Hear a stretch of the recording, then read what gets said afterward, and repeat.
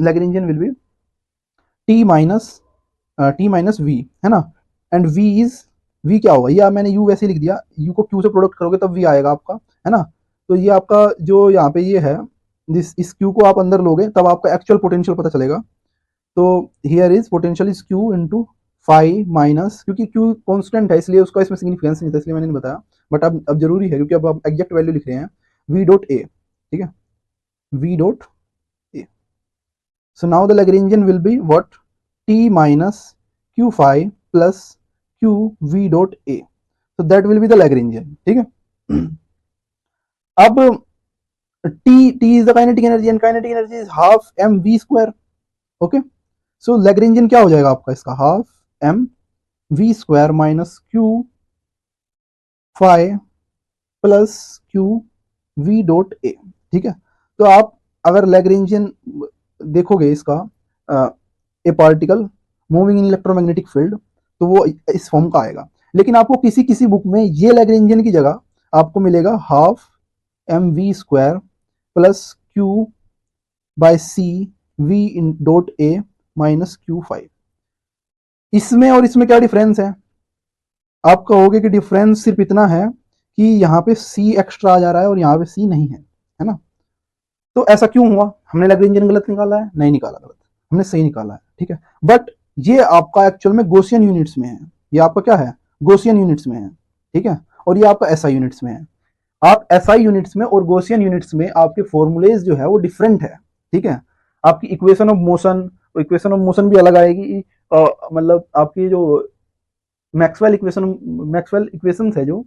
वो आपकी अलग होगी अगर आप एसआई में देखोगे और अगर आप गॉसियन में देखोगे, तो इस डिफरेंस की वजह से आपका लैग्रेंजियन भी क्या है, डिफरेंट है, ठीक है। तो आप कोई भी लैग्रेंजियन स्टडी करके इक्वेशन ऑफ मोशन निकाल सकते हो, दोनों सही ही है, बस आपकी यूनिट्स डिफरेंट है, ठीक है। तो दिस इज, और अब अगर हम इस लैग्रेंजियन को लेके कोई भी एक लैग्रेंजियन इसमें ले ले, ठीक है, तो अगर हम उसके स्टडी करते हैं इसका मोशन, so how we will study and we can study the, अगर आपका फोर्स इसी टाइप का है, जनरलाइज्ड फोर्स इसी टाइप का है, तो हम इसे सिंपली जैसे हम आपके कंजर्वेटिव फोर्सेस कर रहे थे उसी वे में हम इसे भी कर सकते हैं, ठीक है। So what we can do is, first आपका क्या है, ये जो वेलोसिटी के टर्म्स में लिखा हुआ है लैग्रेंजियन, तो it means we can conclude that आपका लैग्रेंजियन इक्वेशन ऑफ मोशन क्या है आपकी, अगर मैं देखूं तो that is d L by do r minus d by d t do L by do r dot, that is the Lagrangian equation of motion, है ना। यही तो आपकी लैग्रेंजियन इक्वेशन ऑफ मोशन है। यहाँ पे R is nothing but the Q J, है ना, and R dot is nothing but the Q J dot, and Q J dot is nothing but the velocity V J, है ना। तो यहाँ पे क्योंकि लैग्रेंजियन वेलोसिटी के टर्म्स में लिखा हुआ है, तो हम इसे क्या कर सकते हैं, आपका वीजे आर डॉट को जो है वी लिख सकते हैं। वीजे लिखने का कोई मीनिंग नहीं है क्योंकि हम अलग अलग कंपोनेंट्स में नहीं करने वाले, एक ही में कर ले रहे हैं, अलग अलग कंपोनेंट्स में आप लिखना चाहो तो बाद में निकालने के बाद लिख सकते हो, ठीक है। So let's differentiate it. So अगर मैं लैग्रेंजियन जो हमारा ये है, इसे अगर मैं वेलोसिटी के रेस्पेक्ट में पार्शियल डेरिवेटिव लूँ, do L by do v निकालूं, तो I will get m v square का 2v आएगा, 2 से 2 कट जाएगा, और ये क्यू वी ए बाय सी जो है इसका आपका क्या हो जाएगा, प्लस क्यू ए बाय सी, ठीक है। ये आपका ये हो गया। सो दिस इज अवर,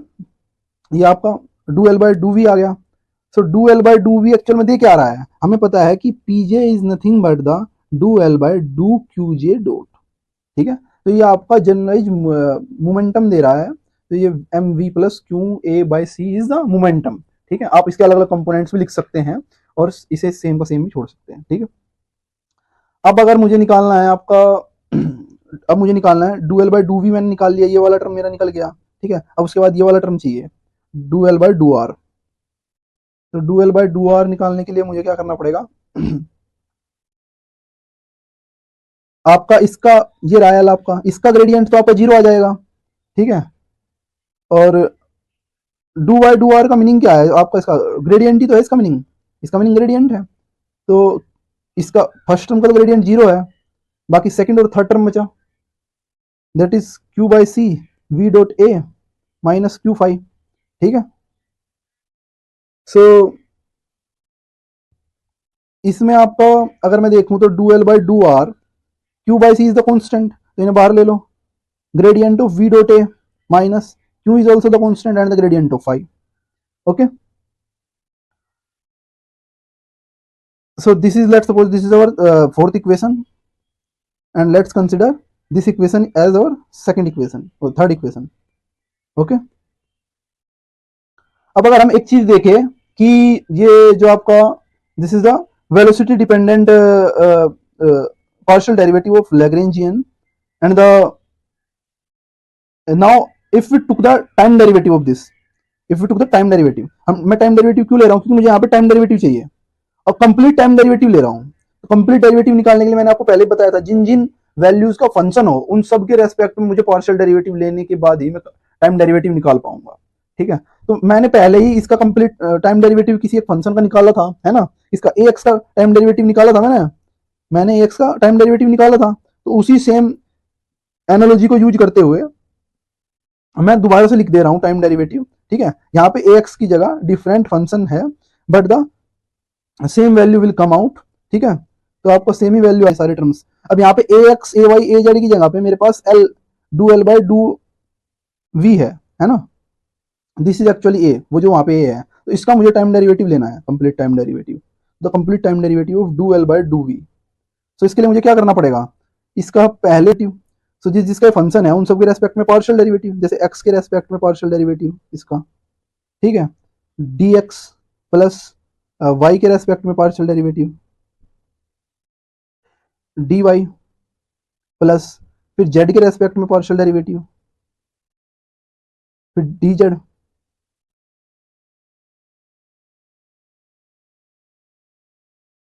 और फिर टाइम के रेस्पेक्ट में पार्शियल डेरिवेटिव।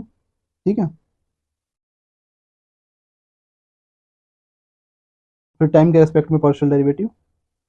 और फिर डी टी। ठीक है, अब अगर टाइम के रेस्पेक्ट में मुझे कंप्लीट डेरिवेटिव लेना है तो डी टी, यहाँ पे भी डी टी, फिर यहाँ पे भी डी टी, फिर यहाँ पे भी d T and then last the d t. ठीक है, तो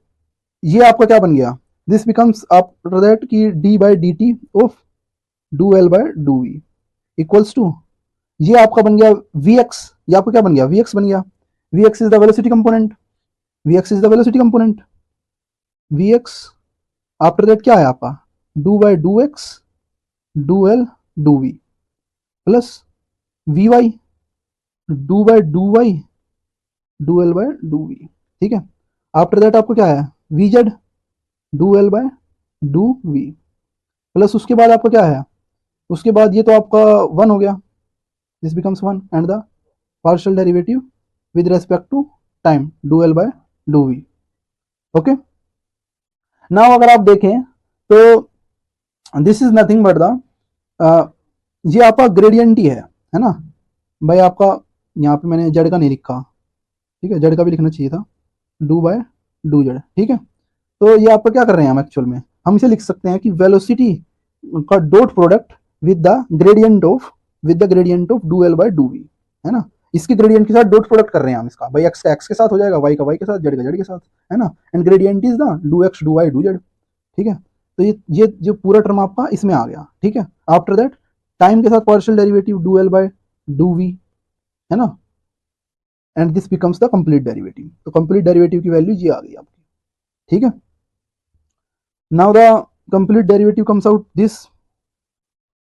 सो हमें कंप्लीट डेरिवेटिव की वैल्यू मिल गई एंड द फर्स्ट इक्वेशन हमें जो है ये आपकी इसकी वैल्यू दे रहा है, तो ये दोनों वैल्यूज हम क्या करेंगे ऊपर पुट कर देंगे इक्वेशन में। ओके, सो बट उससे पहले एक प्रॉब्लम है कि हमारे पास मैं ये do L by do we की वैल्यू जो है उसमें पुट कर दे रहा हूँ इक्वेशन 3 की वैल्यू इसमें do L by do we की, ताकि मुझे कंप्लीट डेरिवेटिव की पूरी वैल्यू मिल जाए। अभी do L by do v के टर्म्स में मिली है ना वैल्यू, तो पोटेंशियल से टर्म में नहीं मिली ना, तो पोटेंशियल से टर्म में मिल जाएगी फिर। तो do L by do we की वैल्यू इक्वेशन थर्ड से अगर मैं लूँ तो M we plus Q by C A थी, है ना, ये थी। सो ये वैल्यू अगर मैं रख दूँ आपकी इक्वेशन में, So what will I get is a term of question.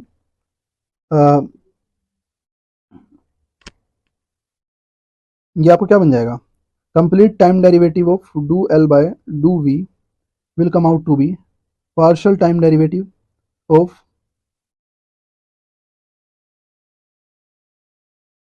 mv plus qca plus v dot del, और यहाँ पे आपको क्या है mv plus qca। ओके, सो इसकी वैल्यू आपकी क्या आ जाएगी अब mv का टाइम डेरिवेटिव करेंगे तो it will becomes the partial derivative of velocity. Okay, and after that आपका plus it becomes q by c is common and do a by do t। Okay, after that एक और term आएगा mv, ये वाला term है ना। अब हम देख रहे हैं वेलोसिटी का टाइम के साथ भी डेरिवेटिव लिया जा रहा है और उसके एक्स वाई जेड के तीनों के साथ भी लिया जा रहा है, तो इट मींस मैं इसे कंप्लीट डेरिवेटिव लिख सकता हूँ यहाँ पे, है ना, कंप्लीट डेरिवेटिव भी लिख सकता हूँ, d v by d t कर सकता हूँ, ठीक है, प्लस वी डॉट अब मैं इसमें क्यू बाई सी कॉमन ले लूँ तो we dot del A. Okay, ये आपका ये बन गया, ठीक है। मैंने क्या किया, इस वाले टर्म को और इस वाले टर्म को कंबाइन करके ये बना दिया, कंप्लीट डेरिवेटिव लिख दिया, ठीक है। वो जो ऊपर मैंने पार्शियल डेरिवेटिव से तोड़े थे ना, उन्हें फिर से कंबाइन कर दिया, ठीक है। वी वाले टर्म्स को ओनली ओनली वी वाले टर्म को करा है, ए वाले को नहीं किया, ठीक है। And now this is the value, because मुझे क्या पता है कि मैंने ऐसा क्यों किया, बिकॉज एक्सलरेशन जो है आपका वो कंप्लीट डेरिवेटिव होता है वेलोसिटी का, और वेलोसिटी का कंप्लीट डेरिवेटिव क्या होगा, वेलोसिटी का पार्शियल डेरिवेटिव टाइम के रेस्पेक्ट में और वेलोसिटी के डॉट प्रोडक्ट डेल के रेस्पेक्ट में और v, ठीक है। यानी कि ये क्या है आपका एक्चुअल में पोजीशंस के रेस्पेक्ट में इसके डेरिवेटिव है ना, वेलोसिटी के, ठीक है। लेकिन पोजीशन के रेस्पेक्ट में डेरिवेटिव लेंगे तो v से प्रोडक्ट भी करना पड़ेगा, समझे। ओके, जैसे ऊपर किया था, तो ये आपको कंप्लीट डेरिवेटिव निकाल दिया इसका इस तरह से। सो नाउ द अब हमारे पास क्या आ गया आपका, अगर मैं इसे चाहूँ तो एक्सेलरेशन के टर्म में भी लिख सकता हूँ। अब यहाँ पे मैं क्या लिख सकता हूँ, ए लिख सकता हूँ, तो this is nothing but the M A plus Q by C do A by do T plus Q by C we dot del A. Okay, and this is the do L by do V का time derivative, complete time derivative, ठीक है। तो आपके एक term की value आ गई, और दूसरे टर्म की वैल्यू मेरे पास जो थी वो क्या थी, दूसरे टर्म की वैल्यू थी मेरे पास बाई इक्वेशन 4 जो ऊपर लिखी हुई है, वही मैं दोबारा से लिख रहा हूँ। डू बाय डू एल की जो वैल्यू थी मेरे पास वो क्या थी, q by c and the gradient of we dot A minus gradient of five. Okay, अब मैं इस वाले टर्म को थोड़ा सा क्या करूंगा, इस वाले टर्म, ये वाला टर्म है आपका, है ना,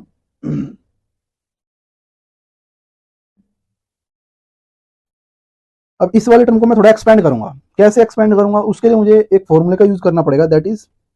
एमपी में आपका फॉर्मूला मिल जाएगा आपको, ए क्रॉस बी क्रॉस सी, ठीक है। ए क्रॉस बी क्रॉस सी का जो प्रोडक्ट है दैट इज नथिंग बट, मैं बी को बाहर ले लूंगा, बी और ए डॉट सी कर दूंगा,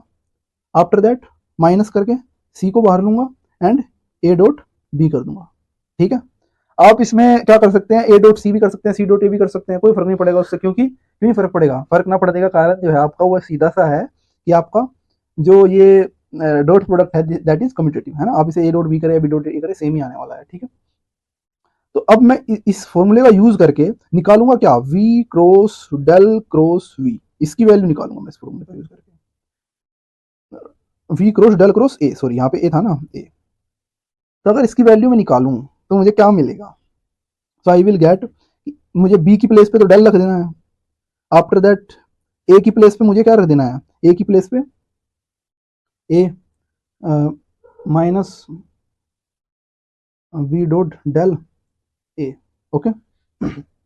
डॉट प्रोडक्ट हो गया आपका, एक स्केलर क्वांटिटी आएगी, तो आप चाहें इसे आगे लिख दे या इसे पीछे लिख दे, कोई फर्क नहीं पड़ने वाला उससे, ठीक है, क्योंकि स्केलर का प्रोडक्ट ही होने वाला है वेक्टर के साथ, ठीक है। नॉर्मल मतलब नॉर्मल मल्टीप्लाई होगी तो उससे क्या ही फर्क पड़ेगा। तो यहाँ से मैं आपका क्या करूंगा, यहाँ से मैं आपकी एक वैल्यू निकाल लूंगा, कौन सी वैल्यू एक सिंपल सी वैल्यू निकालूंगा, दैट इज मुझे कौन सी वैल्यू चाहिए, इसकी वैल्यू चाहिए, तो इसकी वैल्यू हो जाएगी आपकी v dot A will be, ये आपका उधर प्लस में चला जाएगा, it means v cross del cross A plus v dot A V dot del A, ठीक है, इसकी वैल्यू ये हो गई, ठीक है, ये वैल्यू मैं यहाँ पे पुट कर दूंगा इक्वेशन में, and I will get nothing but मुझे क्या मिल जाएगा, do L by do r will B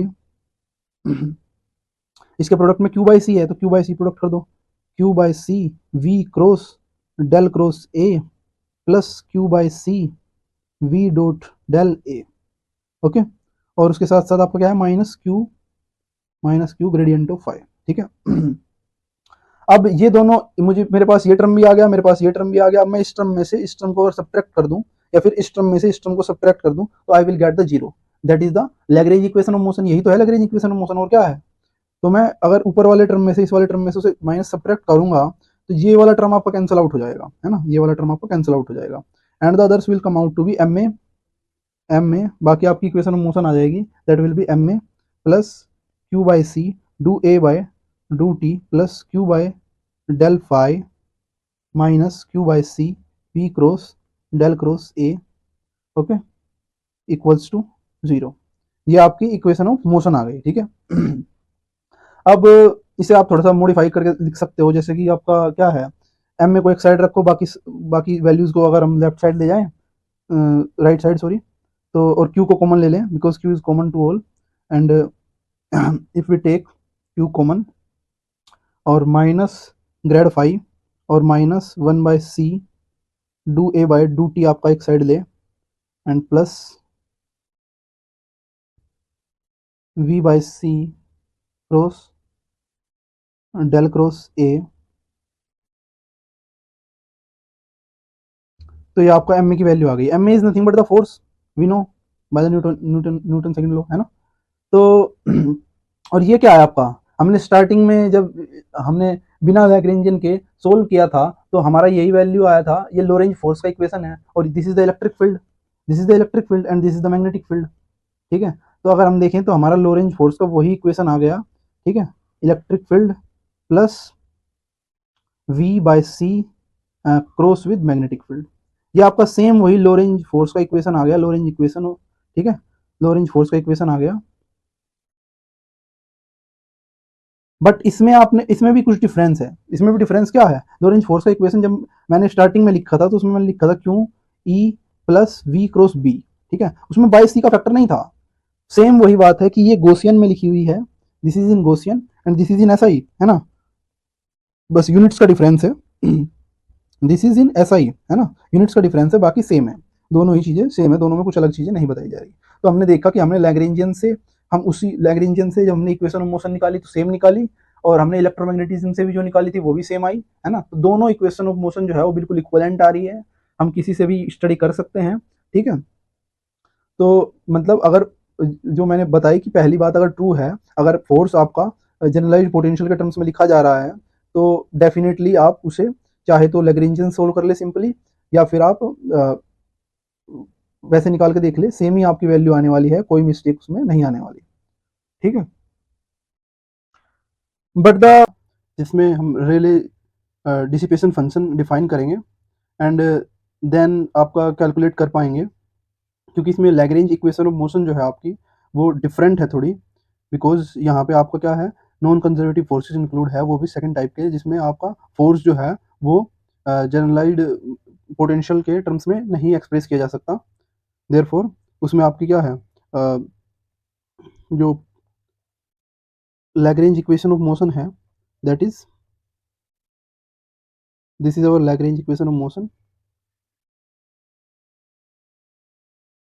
and here Qj is nothing but it expresses the forces which are not included in L, okay, because L is the Lagrangian, और Lagrangian में जो आपके क्या है, Lagrangian में आपके वो forces include है विच आर कंजर्वेटिव, केवल क्या है आपके कंजर्वेटिव फोर्सेस आपके इंक्लूड है Lagrangian में, है ना, जो पोटेंशियल एनर्जी इंक्लूडेड है, जो काइनेटिक एनर्जी इंक्लूडेड है, उन सब में क्या है आपके केवल कंजर्वेटिव फोर्सेस इंक्लूड है, ठीक है। तो क्यूजे में आपके वो फोर्सेज इंक्लूड है which are not derivable from potential, जो आपके पोटेंशियल से डेराइव नहीं किए जा सकते, वो फोर्सेज आपके क्यूजे में इंक्लूड है, okay, I can say that not derivable from from potential. Okay, so वो फोर्सेस जो है आपके these are included in Q J. Okay, so now we will study this. So इसमें हमें क्या है, आपके फ्रिक्शनल फोर्सेस इंक्लूड करने हैं। तो फर्स्ट ऑफ ऑल इसके लिए हमें क्या करना पड़ेगा, पहले आपका फ्रिक्शन फोर्स डिफाइन करना पड़ेगा ना। So just like if we define friction force, let's, मैं उसका एक्स कंपोनेंट अगर डिफाइन करूं तो that will be minus k minus, I can write k और समथिंग, इफ आई राइट के, ठीक है, के यहाँ पे आपका क्या है, इज अ फ्रिक्शनल कांस्टेंट, एक कांस्टेंट है जो फ्रिक्शन के आपका कंपोनेंट को शो कर रहा है एक तरह से, ठीक है। ये कई बुक्स में आपका बी भी लिखा हुआ होता है ना, अगर आप फोर्स ऑक्सीलेशन पढ़ोगे उसमें डैम्पिंग में भी आता है ये, है ना। तो this is showing actually the friction. Okay, so you can write B, you can write K, in some books it is given K, और कुछ बुक्स में बी दिया हुआ है। ओके, तो k x we x, okay, you can write this in that way. और आप ये भी लिख सकते हो, और आप ये भी लिख सकते हो कि एफ फ्रिक्शनल फोर्स का जो कंपोनेंट है that is b x we x. Okay, आप कोई भी सिंबल यूज कर सकते हो, उससे कोई फर्क नहीं पड़ता। एंड के is nothing but the frictional force per unit velocity, ठीक है, पर यूनिट वेलोसिटी जो है एक्स की डायरेक्शन में जो फ्रिक्शन फोर्स है दैट इज द के। ओके, यहाँ पे सिर्फ आपको हम एक्चुअल में वो फ्रिक्शन ले रहे हैं जो वेलोसिटी के डायरेक्टली प्रोपोर्शनल है, ठीक है। सो अगर आपका फोर्स ऐसा होगा, देन आपका जो है डिसिपेशन फंक्शन जो है, डिसिपेशन फंक्शन तब आपका किस फॉर्म का होगा, तब डिसिपेशन फंक्शन जो है आपका वो definitely that will be nothing but, that will be nothing but 1/2 sigma के एक्स वी एक्स स्क्वायर, ठीक है। अगर आपका सिर्फ एक्स ही कंपोनेंट है तो v x is enough, but अगर आपका एक्स कंपोनेंट के साथ और भी कंपोनेंट है तो आपको बाकी कंपोनेंट्स भी लिखने पड़ेंगे, है ना। अगर आपका तीनों कंपोनेंट लिख लीजिए आप, है ना, एक्स वाई जेड से ज़्यादा तो नहीं हो सकते। अगर सिर्फ एक्स हो तो एक्स लिख दीजिए, वाई हो तो सिर्फ वाई लिख दीजिए, दो है तो दोनों लिख दीजिए। डायरेक्शन ऑफ मोशन किस डायरेक्शन में है उसके अकॉर्डिंग आपको कंपोनेंट्स लिखने पड़ेंगे, है ना। अब अगर एक ही पार्टिकल है तो फिर तो एक ही ठीक है, फिर तो ये समेशन की जरूरत नहीं है आपको, है ना। लेकिन अगर आपके एन पार्टिकल्स है देन यू रिक्वायर्ड समेशन, है ना। तब आपको अलग अलग वेलोसिटीज लेनी पड़ेगी हर एक पार्टिकल की, ठीक है। I represent I for the particle, है ना, और हर एक एन पार्टिकल्स के लिए सबके लिए आपको उसका समेशन करना होगा, तब आपका क्या आएगा, then you will get the F, है ना, तब आपका डिसिपेशन फंक्शन आएगा। ओके, तो डिसिपेशन फंक्शन निकालना क्यों जरूरी है, क्योंकि जो मैंने यहाँ पे क्यू लिखा है that I wrote Q over here, this is nothing but the frictional force, और फ्रिक्शनल फोर्सेस जो है आपके वो डिसिपेशन फंक्शन से ही हम कैलकुलेट करेंगे, ठीक है। तो आपको पहले डिसिपेशन फंक्शन लिख देना है, आफ्टर दैट आपको क्या करना है, एंड द फोर्स जो हमको रिक्वायर्ड है वो क्या है एक्चुअल में, this is nothing but the minus, और ये आपका जो डिसिपेशन फंक्शन है उसका हमने वेलोसिटी के रेस्पेक्ट में डेरिवेटिव्स लिए हैं, ठीक है, वी एक्स के रेस्पेक्ट में, एंड देन वी वाई के रेस्पेक्ट में, एंड देन वी जे के रेस्पेक्ट में, वी जेड। ओके, सो ये एक्चुअल में आपका क्या है, एक वेलोसिटी डिफरेंशियल ऑपरेटर है, this is nothing but the velocity differential operator. Okay, जैसे डेल ऑपरेटर है आपका, वैसे ही ये वेलोसिटी डिफरेंशियल ऑपरेटर है। ओके, सो आप इससे एफ निकाल सकते हैं।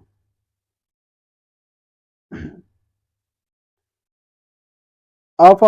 अगर आपके पास डिसिपेशन फंक्शन है तो आप ऐसे एफ निकाल सकते हैं, और अगर आपके पास वेलोसिटीज की वैल्यूज है तो उससे डिसिपेशन फंक्शन निकाल सकते हैं, है ना, और उससे डायरेक्ट फॉर्मूले से भी एफ निकाल सकते हैं। तो आपके पास क्या गिवन है उसके अकॉर्डिंग आप रिलेशन लगा सकते हैं। I just tell you the relation between the dissipation function and the frictional force. Okay, अब लेट सपोज आपको अगर वो जो जनरलाइज्ड फोर्स है वो निकालना है, जनरलाइज्ड फोर्स निकालने के लिए आप क्या कर सकते हो, अभी मैंने ये लिखा कि आप ये निकाल सकते हो, इसे ही आप जनरलाइज्ड फोर्स भी लिख सकते हो, है ना। दिस इज एफ जे लिखो, ओ सॉरी, एफ एफ लिख लो, या फिर क्यू जे लिखो, या फिर आप इसे minus del velocity differential operator की फॉर्म में लिख दो, है ना, वेलोसिटी डिफरेंशियल ऑपरेटर की फॉर्म में लिख सकते हो, या फिर आप इसे क्या लिख सकते हो कि this is nothing but the derivative of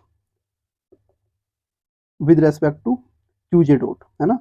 क्योंकि this is the actually the velocity, velocity यही है आपकी, तो आप इसके रेस्पेक्ट में डेरिवेटिव भी लिख सकते हो, तो आप किसी भी फॉर्मूले का यूज कर सकते हो, it's up to you which you are using. Okay, तो अगर लेट सपोज मैं ये वाली वैल्यू आपकी इसकी इसमें रख दूं लैग्रेंजियन इक्वेशन ऑफ मोशन में, जो ऊपर है लैग्रेंजियन इक्वेशन, तो then I will get the form of Lagrangian equation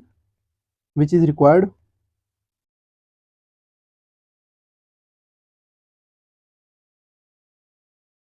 तो ये आपकी नॉन कंजर्वेटिव फोर्सेस के लिए, और अगर फ्रिक्शनल फोर्सेस हैं सिस्टम पे एक्ट कर रहे हैं तो आपका डेफिनेटली जो सिस्टम है वो आपके दो स्केलर फंक्शंस रखता होगा, एक स्केलर फंक्शन तो आपका एल होगा लैग्रेंजियन, और दूसरा स्केलर फंक्शन आपका होगा ये रेले डिसिपेशन फंक्शन। ठीक है, तो दो फंक्शंस आपको निकालने पड़ेंगे, एक तो लैग्रेंजियन और दूसरा Rayleigh dissipation function. Okay, and then you can study the equation of motion, तब आप इक्वेशन ऑफ मोशन निकाल सकते हैं।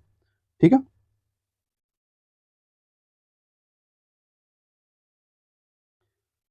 So let's start. तो अब हम आपकी एक एग्जांपल लेंगे उसमें जिसमें डिस्ट्रीब्यूशन फोर्स इंक्लूडेड हो, और उसे सोल्व करके देखेंगे इन फॉर्मुलेशन से, so that we can understand it well. Okay, और उससे पहले चलो मैं आपको एक चीज बता दूं कि आपका रेले डिस्ट्रीब्यूशन फंक्शन का अगर हम बात करें कि फिजिकल सिग्निफिकेंस क्या है, तो इससे हम एक्चुअल में वर्क डन निकाल सकते हैं। अगर एक सिस्टम है, ठीक है, उसमें फ्रिक्शनल फोर्सेस से कितना वर्क हुआ है, या फिर हम पावर निकालना चाहे कि फ्रिक्शन में कितनी पावर जो है आपकी डिसिपेट हो गई, वो निकालना चाहे, या फिर हम एनर्जी देखना चाहें कि कितनी एनर्जी वेस्ट हो गई आपकी फ्रिक्शन में, तो वो हम इससे देख सकते हैं, है ना, और उसका फॉर्मुलेशन भी निकाल सकते हैं। जैसे क्या है, D W work done, small work done by friction is nothing but the, आपका क्या होगा, force and D R dot D R, ये होगा आपका, है ना, एंड यू नो कि हम डी आर को क्या लिख सकते हैं, वी डी टी लिख सकते हैं, then it means minus F F and dot V D T, एंड हमें पता है कि आपका जो एफ ऑफ एफ है it's nothing but the minus of K x we x. Okay, and I cap plus K Y V Y J cap plus K Z V Z के cap, ये आपकी वेक्टर फॉर्म हो गई frictional force की, है ना। And अगर हम वेलोसिटी की वेक्टर फॉर्म देखें, this is nothing but v x i cap plus v Y J cap plus v Z के कैप। ठीक है, तो अगर इन दोनों का डॉट प्रोडक्ट करेंगे, अगर इन दोनों का मैं डॉट प्रोडक्ट कर दूं, जो कि मुझे यहाँ पे रिक्वायर्ड है, ठीक है, तो what I will get is nothing but negative of K x we X squared plus K Y V Y squared plus K Z V Z squared. Okay, and then I put this value here, उसके बाद मैं value यहाँ पे रख दूँ, तो ये minus और ये माइनस विल बिकम प्लस, है ना, तो मुझे जो वर्क डन मिलेगा due to frictional forces, that is nothing but K x we X squared plus K Y V Y squared plus K Z V Z squared D T. Okay, अब अगर मुझे let suppose work done निकालना है due to friction, then I can integrate this K x we X square plus K Y V Y square plus K Z V Z square. Okay, and if I want to calculate power, अगर मुझे power निकालनी है तो power is nothing but d W F upon d t. ठीक है, तो power तो मुझे सीधी मिल रही है, उसके लिए तो मुझे इंटीग्रेशन भी नहीं करना पड़ेगा, K x we X square plus K Y V Y square plus K Z V Z square. ठीक है, और दिस इज व्हाट, ये क्या है आपका, अगर आपने ऊपर देखा हो तो this is the similar formulation जो हमारा आपका एफ के लिए आ रहा था, यही तो है आपका, दिस इज सेम, है ना, सेम ही तो है आपका, बस यहाँ पे 1/2 का फैक्टर नहीं है ना, तो इट मीन्स अगर मुझे इसकी वैल्यू चाहिए तो 2 से मल्टीप्लाई करना पड़ेगा दोनों साइड, है ना, तो अगर मैं यहाँ पे आपका 1/2 का फैक्टर यहाँ पे भी लगा दूँ और 1/2 का फैक्टर यहाँ पे भी लगा दूँ, तो this will becomes nothing but the F, है ना, this will becomes our f, and f of what, f of Rayleigh dissipation function, then we can say that Rayleigh dissipation function is nothing but the half of power half of the power dissipated due to frictional forces. Okay, so ये आपका physical significance है इसका, है ना। आप Rayleigh dissipation function को power के terms में देख सकते हो कि जितनी एनर्जी पर सेकंड आपकी जो है वेस्ट हो रही है फ्रिक्शन से, वो आपकी उसका हाफ जो है वो रेले डिसिपेशन फंक्शन है एक्चुअल में, ठीक है। तो ये आपका फिजिकल सिग्निफिकेंस है इसका, फिजिकली इस तरह से आप इसे समझ सकते हो, ठीक है। So this is our formulation and then our 1/2 dWf/dt। Okay, तो इससे हम, और अगर हमारे पास वर्क डन हो ड्यू टू फ्रिक्शन तो उसका टाइम डेरिवेटिव करके हम और हाफ करके रेले डिसिपेशन फंक्शन भी कैलकुलेट कर सकते हैं। ओके।